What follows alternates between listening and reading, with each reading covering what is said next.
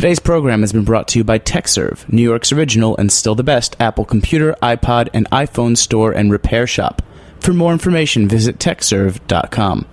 You're listening to Heritage Radio Network, broadcasting live from Bushwick, Brooklyn. If you like this program, visit heritageradionetwork.org for thousands more. We talk about food, we talk about music, with musical dudes. Finger on the pulse, Snacky Tunes.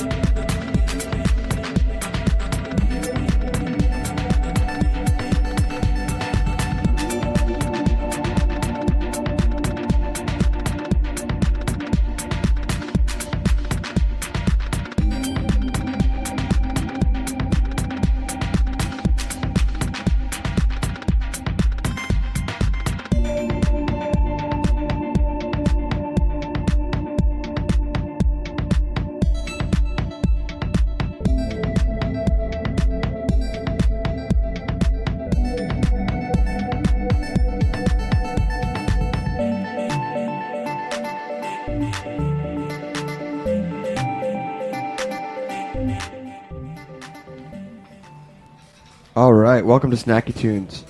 That was just Octa, Who Will I Become, the lead track off his new EP, Between Two Selves. We'll be playing a little bit later today. Very excited. Cool. Yeah.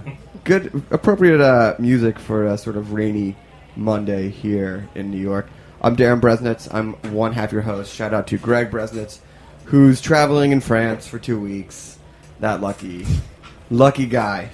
It's, yeah, good for him. So I'm happy to have Lauren Cynamon. Did I get Cynamon? Yeah. There's a Y in there. It's sort of throwing me. And Chris Rosso from Vice on the show. Very excited. A lot of really fun, exciting stuff going on. Welcome to Snacky Tunes. Thank you. Thank you for having us. So let's get into a little bit about your history. Lauren, you studied film. Yep. SUNY Purchase. How'd you like it up there? I hated it while I was there, and like most kids do. But the minute I graduated, I realized how great of a program it was. And many people at Vice actually are coming from the Purchase. Is that the nickname? The Purchase? It's actually the Purchase Mafia is the nickname. Oh, really? That many people? Yep. Apparently they, as like Stanley Tucci went there, and the woman from The Sopranos, and they all work within. Once you get out, they'll all find you and help you find a job. So. Do you have a handshake? We don't, but we should. And so you were doing a lot of stuff. You've been doing documentaries. Yeah, docs. What do you love about docs?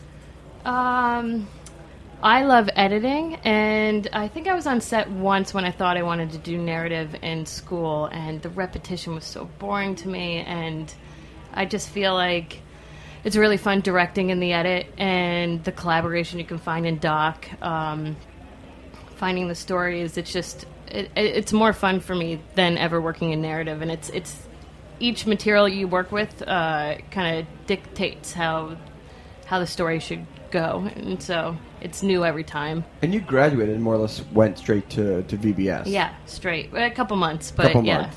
But yeah, right there. Was that a mafia hookup? No, they were just looking for editors, and I had done a documentary about someone, an environmental terrorist, as they call, out in Oregon. And they watched my stuff, and I was really used to doing short films, and that's kind of what Vice ended up doing, where you had to shoot, edit, direct, do everything yourself. And I remember your first series, the Toxic series. Yeah. I think the one that scared me the most is probably Toxic Greenpoint, because hanging out in Greenpoint and seeing how awful everything was, like 4 inches below me.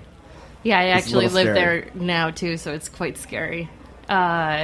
Yeah, that was an interesting one about the Exxon Mobil spill that still exists under Greenpoint to this day. There's lots of cancer-related stories to it.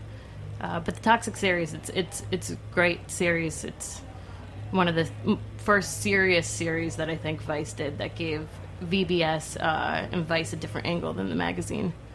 Now, Chris, Lauren was already working at VBS when you wrote them, right? Yes, I got off work one night, like I told you, and I watched the show Epically Latered, which was Patrick O'Dell's skate show, and it seems like it was just like right after the first one. It was probably like the second or third episode, and I wrote a MySpace message to him like, I don't want to say like, the archival was wrong, but I was like, if you ever need any help with something like this, I have a vast library of skate videos and all this useless knowledge of the skateboard industry and skateboard history. So, long story short, I went in, I think, 2 days later, and then just started coming in more and more and sitting with Lauren and just kind of figuring out not just how that show works, but how one puts together short documentaries. Now, you've been working in food since you were 12, right? Yeah. You have actually, it's your father who, I've actually been to the Wyckoff Delicatessen. It's a pretty famous deli in northern New Jersey. Yes. It was started by Cornelius Yoke in 1954. It was a German guy. I think he was living at Wyckoff is like a lily white suburb, mostly Dutch. Wyckoff is like a Dutch word. Yeah. When you tell people you're from Wyckoff out here, they think of kind of towards Ridgewood, Queens area. But this was, my dad worked in publishing for Random House for years, and then I guess decided to get into something more lucrative. Always was interested in culinary arts, and he bought a pretty well-established German deli. For those who aren't familiar with the New Jersey deli diner scene, it's a big deal. A deli does not sell dog bones, tampons, deodorant. No. A deli sells food. So, yeah. Well, those are bodegas. Right? Those are. But that's that's the distinction when someone says the deli here. Yeah. Like, you can get a decent sandwich at a bodega. Yeah. But it's few and far between. No, the art of deli and appetizing is, I mean, it's coming back. But it's hell. You got to make 20 fresh salads a day, 5 soups, then sandwiches, and then obviously the help you get there is not the smartest. Maybe in New York, though. I mean, if you could try to spin it like a barista, maybe it would be good, but, not in northern Jersey. So it's like a... So, for both of you, for those who've never watched VBS or Vice, you guys, there's now a show on HBO, but you guys have a very different take on storytelling and producing, and the way that you represent people through a media lens. Can you talk about your narrative approach and your aesthetic approach? So, particularly the shows that Chris and I have worked on, we have, I guess, worked on... in the most recent years, more of the culture angle. So we have worked on the show Tattoo Age, which we've been pitching for years, and finally, like 2 years ago, got it up and running. But so that series profiles the tattoo artists that we think are the best in the country or have really shaped the way modern tattooing is. And we feel that traditional media is horrible at with the reality shows and really, the narrative and the point is to make content that we want to watch ourselves and not dumb it down to the lowest common denominator. And think if you have something appealing in a story that people will want to watch and pay attention to it. It's pretty straightforward. It's done well. Lauren is obviously a professionally, she's a trained film editor. And so instead of just having 20 people at a production company who don't really know the subject matter great, but it's more personal, it's more well thought out, and it's easily controlled. You don't have to come back from a commercial break, so you don't have to always re-explain the same thing 5 times. The story can always move forward. And so it's everything from Tattoo Age to we do a show called On Acid, and give the person a tab or 2 of acid, and then they have to cover an event. And we did one with a guy that did stand-up comedy for the first time. Another person went to the Westminster Dog Show, and then I brought somebody to a monster truck rally.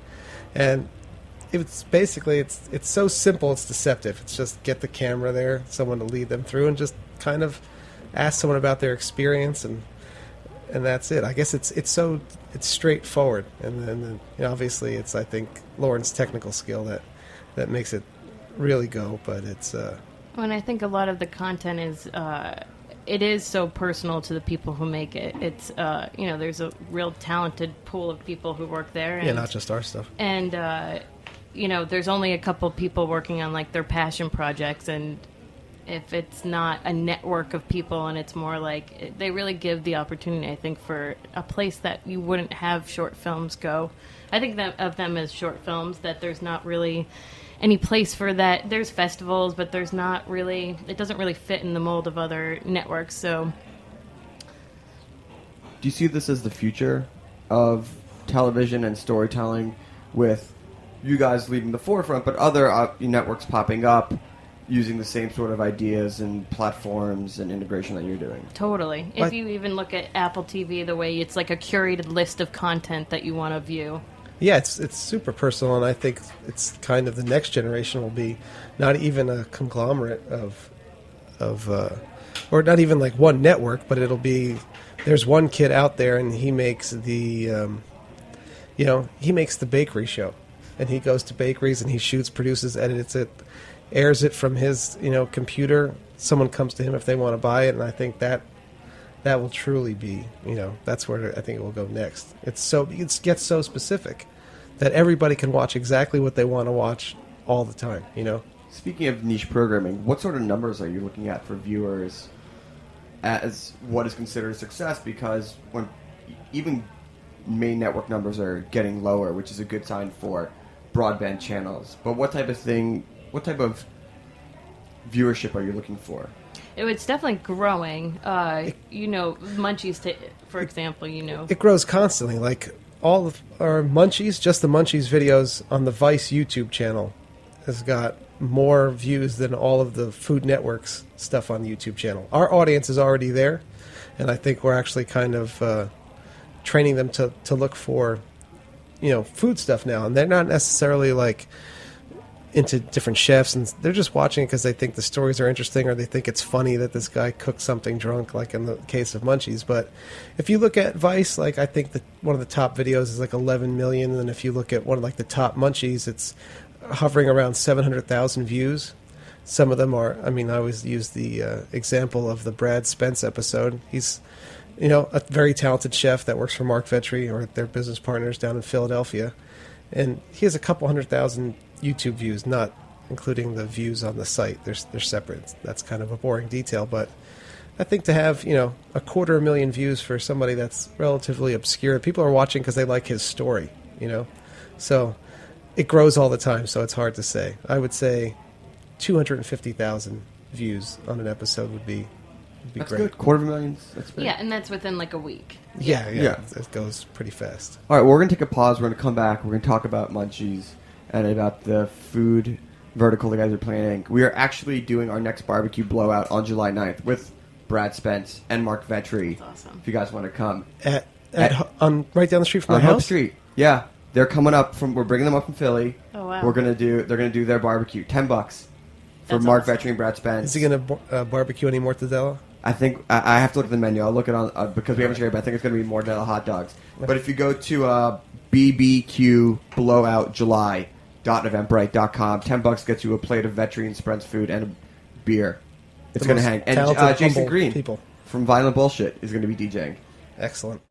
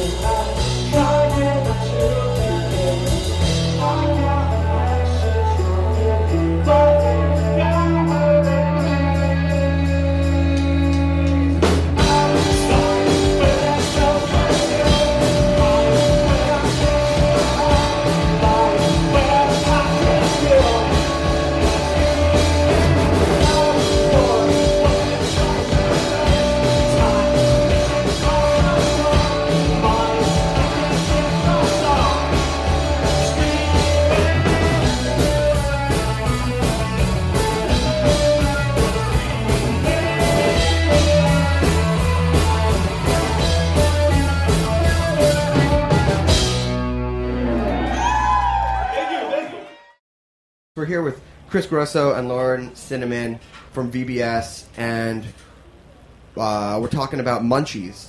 That was your first food show. Yeah, that was... Now, for those who've never seen Munchies, what is it? I guess the basic format is that you go to a chef's restaurant, and you kind of cover him during his shift, find out what kind of food they serve there, what kind of restaurant it is, and then when he's done, you head out to 2 or 3 places. He brings some friends along and shows you where he likes to eat afterwards.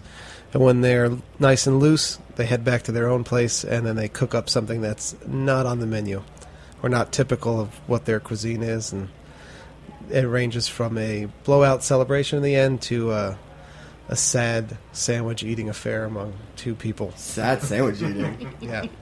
And who are some of the guests? You mentioned Brad Spence, you mentioned Anthony Bourdain, but you've had a whole litany of people. Andrew Zimmern, Michael White, Cal Elliott from Rye, Dale Talday, David Chang was the first one, the Frank Castronovo and Frank Falcinelli. Love those guys.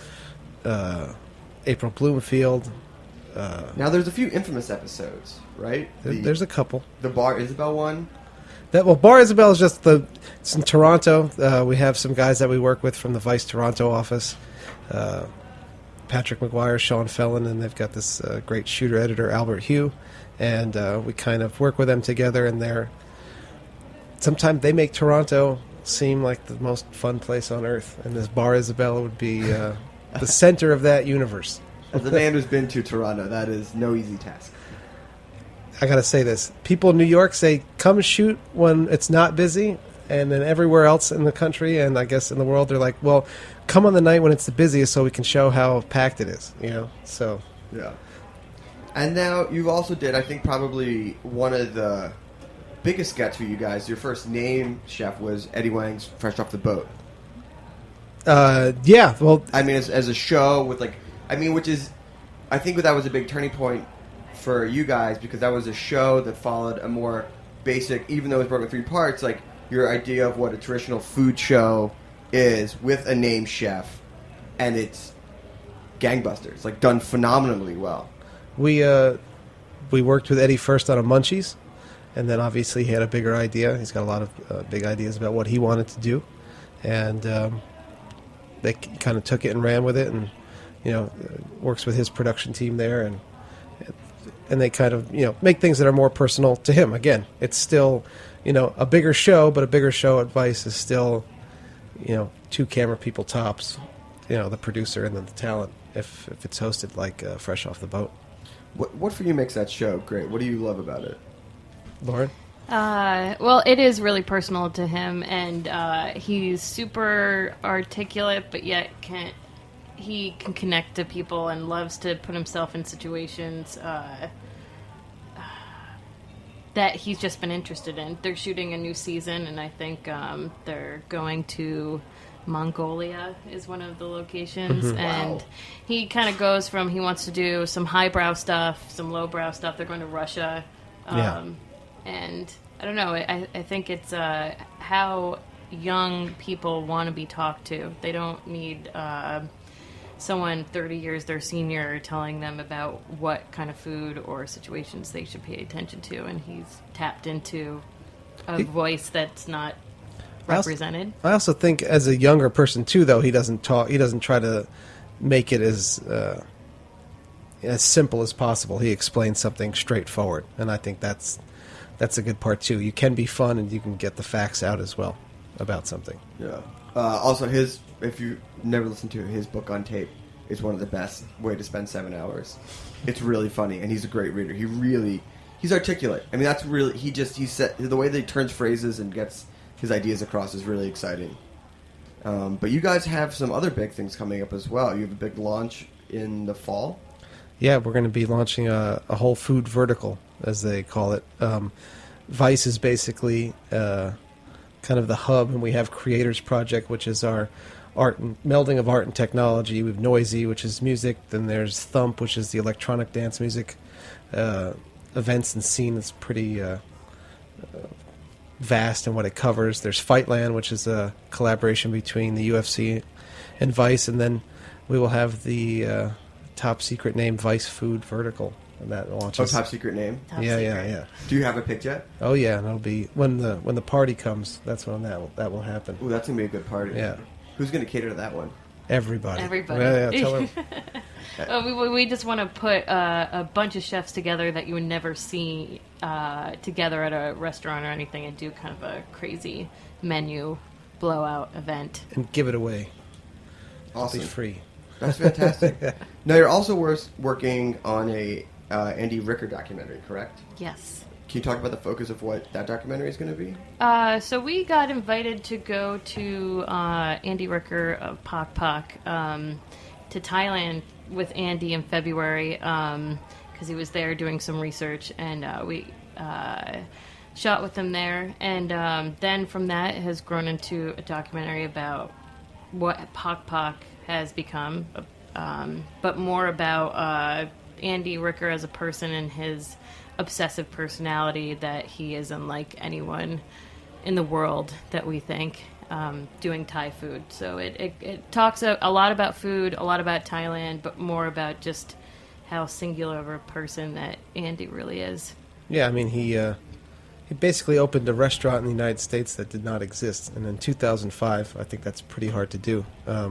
You might go to some great Thai places in L.A. or San Francisco or in Queens, Ayata or Shripafai, but you really won't find anything like the food that he does and the way it is on his menus. There's nothing comparable, and to do something like that is no small task, and it was, it's pretty methodical. He's been traveling to Thailand for the past 25 years, and obviously he's a great student of culture and cuisine, and basically just recreates things that he sees over there. But it's truly impressive once you get into the story, just what it goes into making something like that, and then reproducing it in different iterations. I guess he's got 6 restaurants and a beverage company, which is And he's opening more.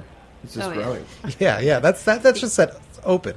And when you watch him train his staff at these things when we're filming, it's not like they can say, "Oh, I've cooked at Ed's Thai restaurant down the street. We made that there." No, they don't have it anywhere else. And so and it's pretty funny. Is there a certain weight that sits on his shoulders that you saw, like a certain responsibility to himself in the cuisine? Oh yeah, he holds himself to a higher standard than anyone.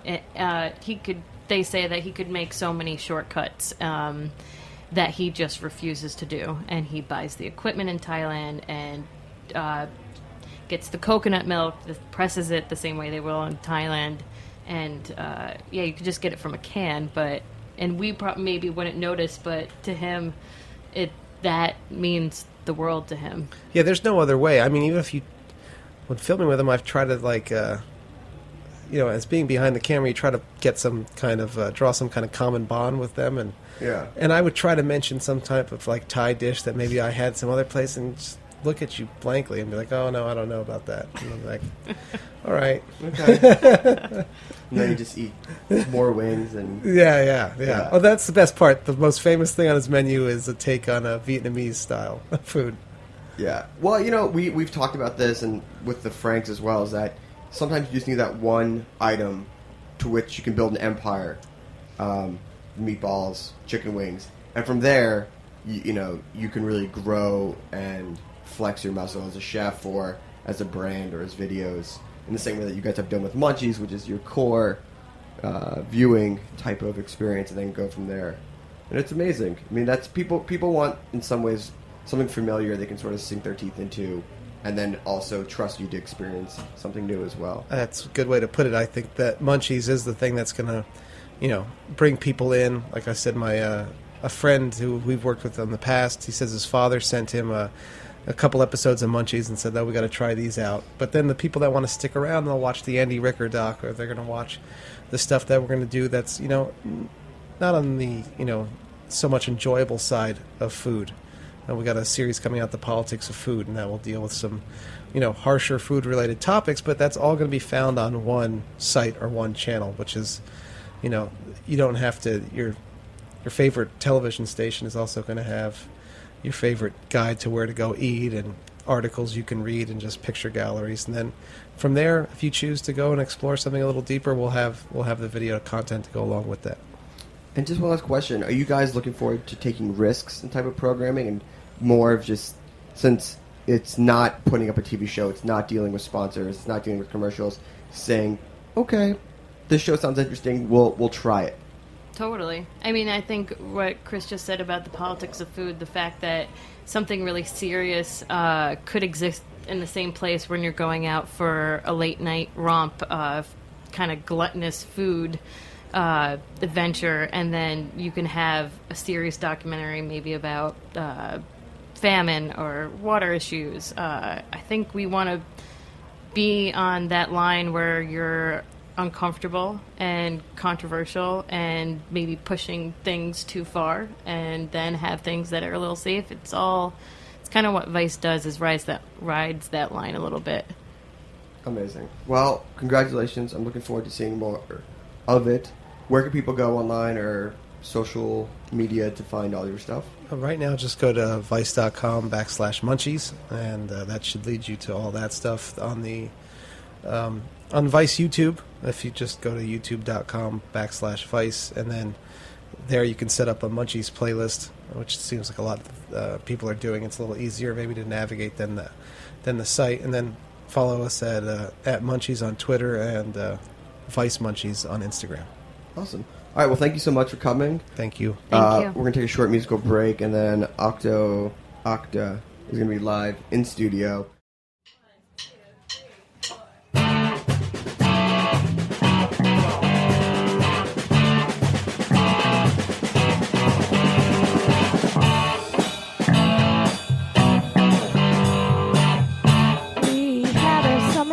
Nowhere to run, nowhere to play. I don't know you, but you know me. We could have been something to see.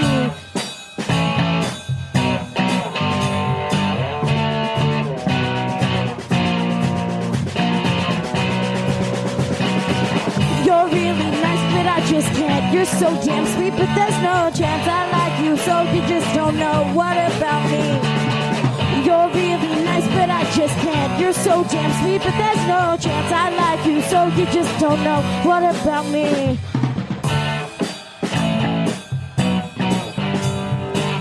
I thought there was a spark with us. Now who am I supposed to trust? You wanted her instead of me, so now we're ancient history.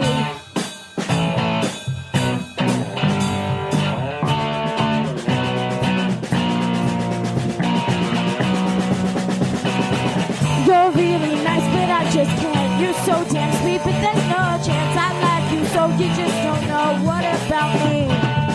You're really nice, but I just can't. You're so damn sweet, but there's no chance I like you, so you just don't know what about me. You put me under so much stress. You get your part and I get less. I try my hardest, do my best. That's why I'm tense. You're really nice, but I just can't. You're so damn sweet, but there's no chance I like you, so you just don't know what about me. You're really nice, but I just can't. You're so damn sweet, but there's no chance I like you, so you just don't know what about me.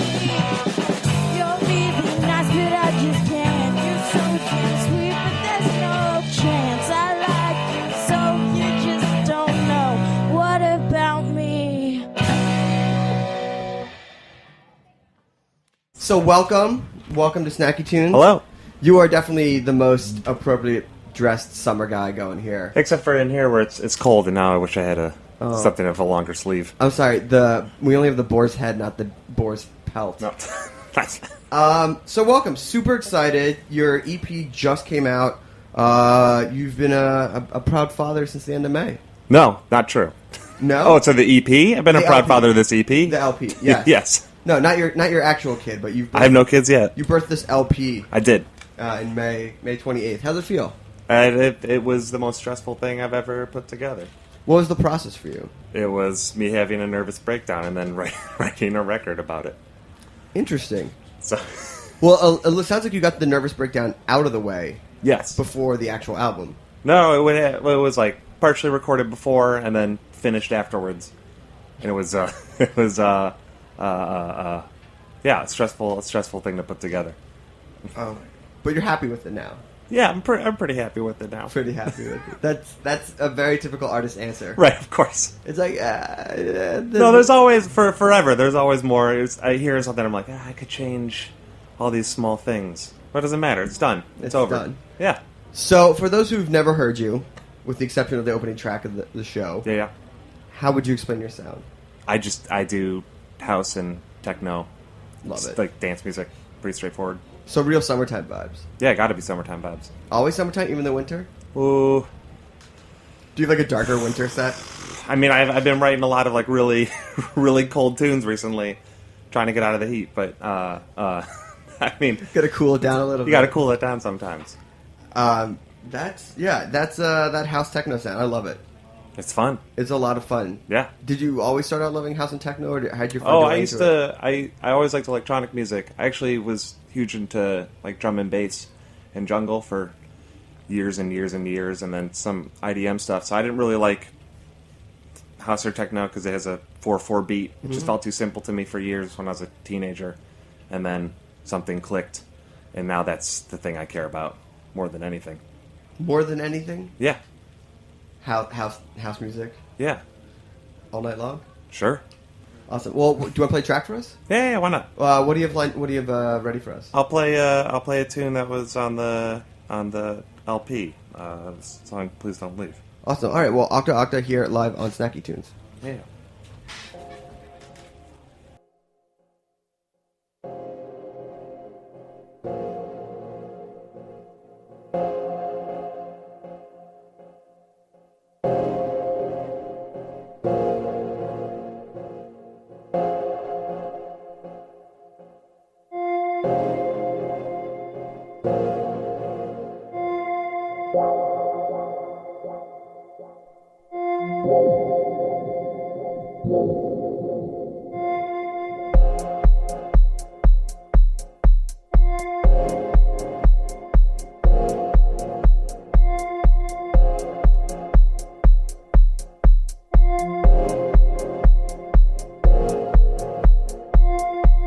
I don't want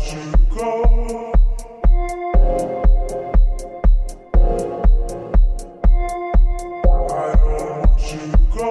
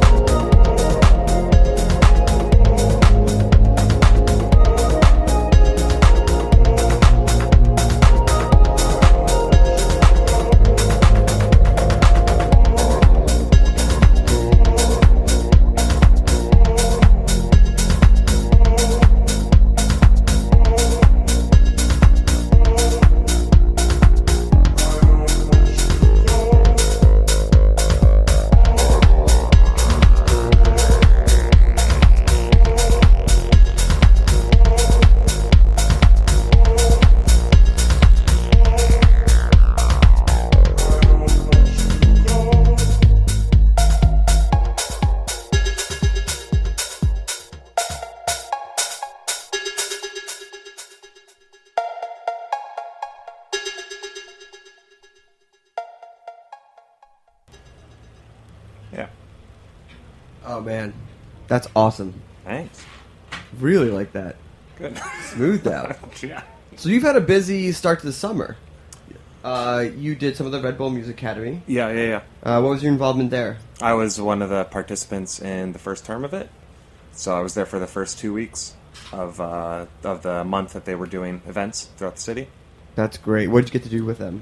I played, so I was just there. They brought in lectures every day, so you just went to 2 lectures from, producers or mastering engineers, or someone would come in and talk, and then we had time. They had studios set up, so we could just work on whatever music with people, and then they would have an event every night they could go out to do. And everyone participating played one event. So I played the Bunker Party with Andy Stott and Adam TM and Object with the 3. Those bunker parties are a blast. They're super fun. It was a great party. What was your set from like 6 a.m. to 8 a.m.? No. I wish. I love playing super late sets. I do that. I did like a 6 a.m. set in Germany once on a Monday, which was my favorite. But no, I did like I was like an opener, but I still got to play at like 1 to 2:30, which is still a great time to play. When you play those early morning sets, do you ever take a late night nap and wake up early, or do you stay up all night? I try to take a nap. I think a 20 minutes nap good. Yeah. A disco nap, 20-minute disco nap. That's Yeah. about. I think disco naps happen somewhere between 10 and midnight. Those deep house set naps are more of a light snooze, maybe. Yeah. No, you gotta. It's tricky. I feel like as long as that nap comes before 11 o'clock, yeah, I think you're good. You're good. Because there'll be a period where then you'll wake up and you'll be like, do I really want to go now? Do I still really want to go out? Oh my god, they're definitely that. Like you wake up at like it's definitely like between 12:30 and 1:30. You're like, am I getting up? Am I doing this? Yeah. And then you were also in Australia, right? Yeah. How was that? It was great.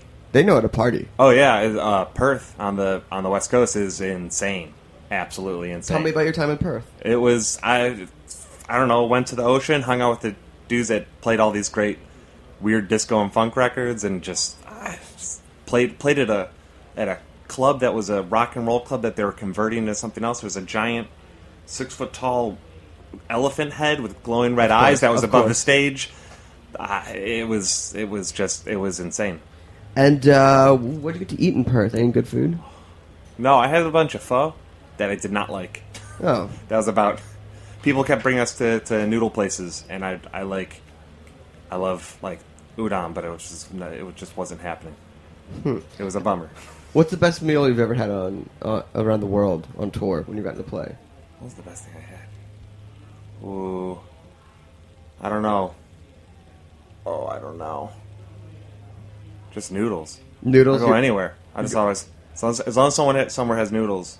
Most of the time I spend time in Germany, and Germany just typically doesn't have the greatest Schnitzel. food. When I was in Madrid, I had a lot of great little things like some blood sausage and things like that. Some That's tapas. amazing. things Yeah. like that. What's your favorite noodle spot in New York? Chuco? Okay. Yeah. I like there a lot.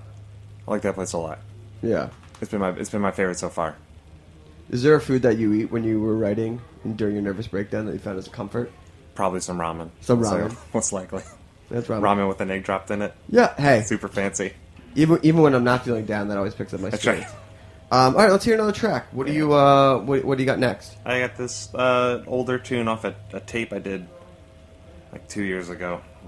What's it called? The song's called Memories. Okay, cool. Octa here playing Memories live on Snacky Tunes. Okay.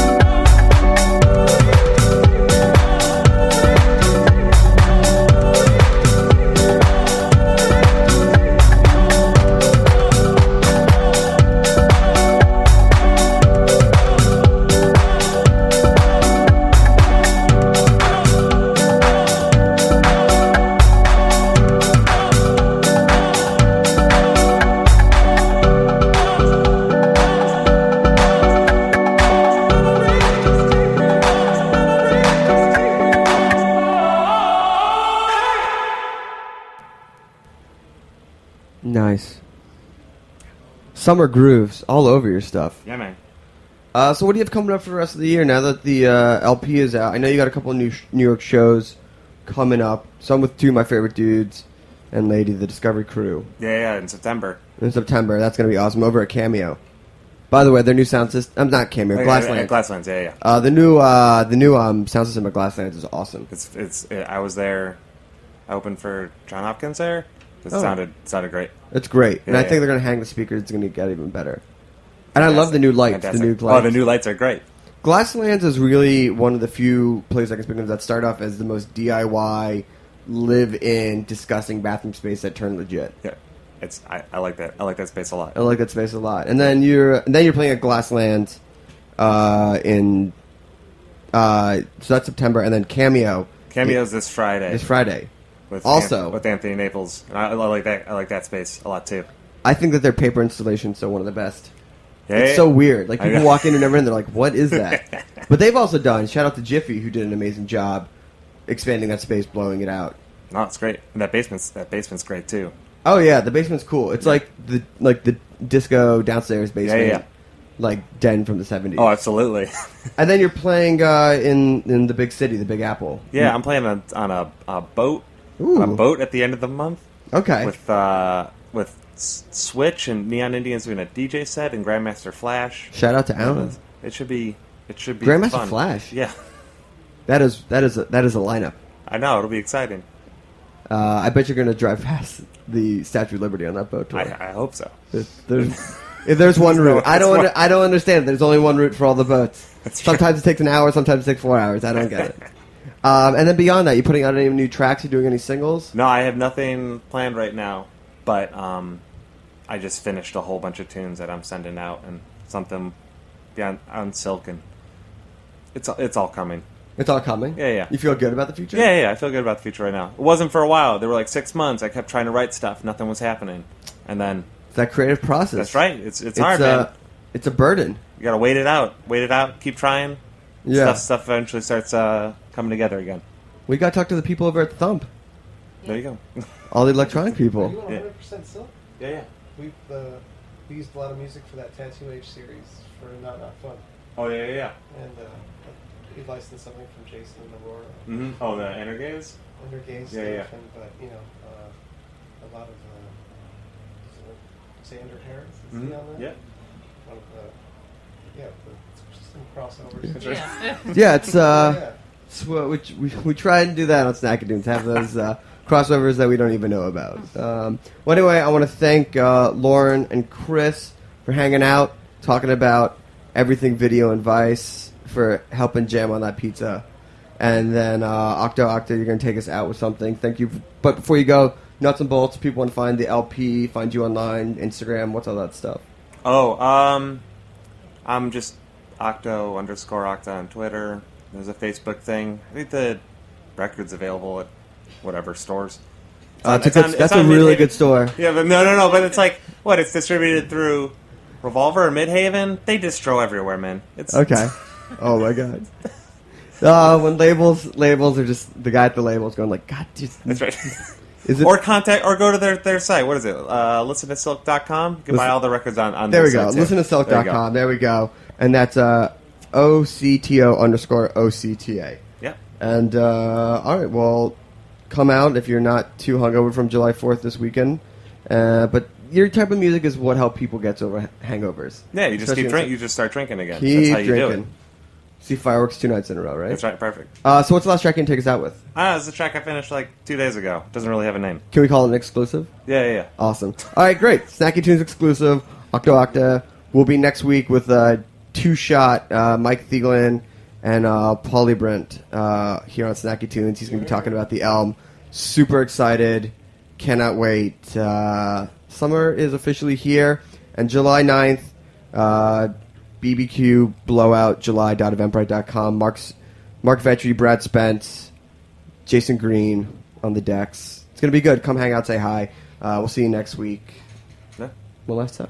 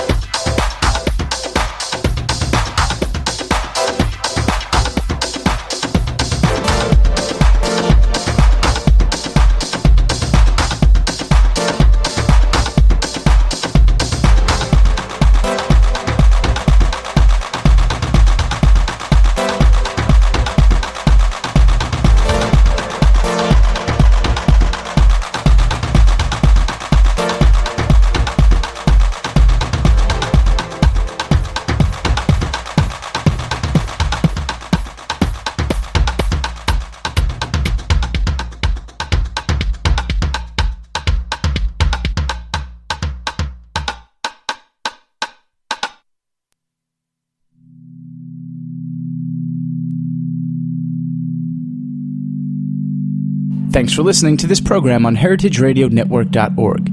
You can find all of our archived programs on our website or as podcasts in the iTunes Store by searching Heritage Radio Network. You can like us on Facebook and follow us on Twitter at heritage_radio. You can email us questions at any time at info@heritageradionetwork.org. Heritage Radio Network is a non-profit organization. To donate and become a member, visit our website today. Thanks for listening.